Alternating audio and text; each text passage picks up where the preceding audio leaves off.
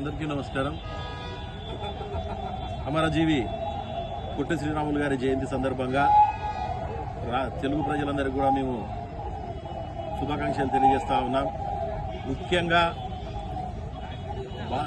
తెలుగు మాట్లాడే వారందరికీ కూడా ప్రత్యేకంగా ఒక రాష్ట్రం కావాలి అని చెప్పేసి భాషా ప్రయుక్త రాష్ట్రం కోసం ఆ రోజు ఆమరణ నిరాహార దీక్ష చేపట్టి ప్రాణత్యాగం చేసి తెలుగు ప్రజలకు ప్రత్యేకంగా ఒక రాష్ట్రాన్ని సాధించినటువంటి మహానుభావుడు, ప్రాణత్యాగం చేసినటువంటి ఒక గొప్ప వ్యక్తి పొట్టి శ్రీరాములు గారు అని చెప్పేసి సందర్భంగా మేము తెలియజేస్తా ఉన్నాము.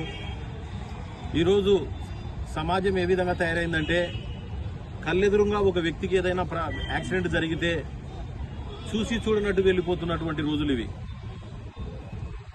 నాకెందుకులే, ఎవరేమైపోతే నాకేమి, నేను బాగుంటే చాలు అనేటువంటి స్వార్థపూరితమైనటువంటి సమాజం నెలకొనింది ఈరోజు. కానీ ఆ రోజు మహానుభావులు స్వర్గీయ పొట్టి శ్రీరాములు గారు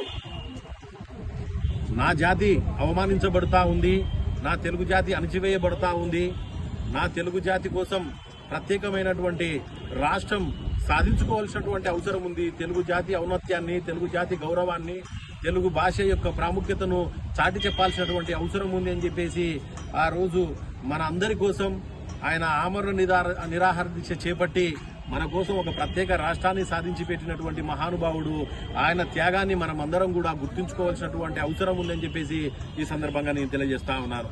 ఇక్కడ మరొక ముఖ్యమైనటువంటి విషయం మీ అందరికీ తెలియజేయడం ఏమంటే, ఏ ఆశయ సాధన కోసమైతే పొట్టి శ్రీరాములు గారు ఆమరణ నిరాహార దీక్ష చేపట్టి ప్రాణత్యాగం చేసి రాష్ట్రం సాధించి పెట్టారో ఆ ఆశయానికి ఈరోజు మనందరం కూడా తూట్లు పొడుస్తా ఉన్నామని చెప్పేసి సందర్భంగా నేను తెలియజేస్తా ఉన్నాను. తెలుగు భాషను బ్రతికించడం కోసం, తెలుగు జాతి ఆత్మగౌరవం కోసం భాషా ప్రయుక్త రాష్ట్రంగా ఆ రోజు ఆంధ్రప్రదేశ్ రాష్ట్రాన్ని సాధించి పెడితే ఈరోజు మనమందరం కూడా మన మాతృభాష అయినటువంటి తెలుగు భాషను విస్మరిస్తా ఉన్నాం. ఇది చాలా దారుణమైనటువంటి విషయం అని చెప్పేసి ఈ సందర్భంగా మేము తెలియజేస్తా ఉన్నాం. మన కన్న తల్లి ఎవరైతే ఉన్నారో ఆ కన్న తల్లికి పట్ల మనం ఎంత ప్రేమాభిమానం, ఎంత ఆదరణ, ఎంత గౌరవం చూపుతామో మన మాతృభాష తెలుగు భాషను కూడా మనం అంతే గౌరవించాలి, అంతే ప్రేమించాలి, అంతే ఆదరించాలి.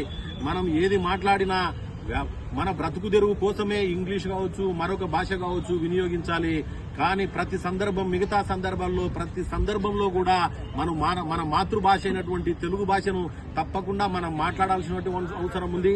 అదేవిధంగా మన ఇంట్లో ఉన్నటువంటి మన బిడ్డలకు, అదేవిధంగా భావి తరాలకు అందరూ కూడా మన తెలుగు భాష యొక్క ప్రాముఖ్యతను, మన తెలుగు భాష యొక్క ఔన్నత్యాన్ని మనం చాటి చెప్పాల్సినటువంటి అవసరం ఉంది.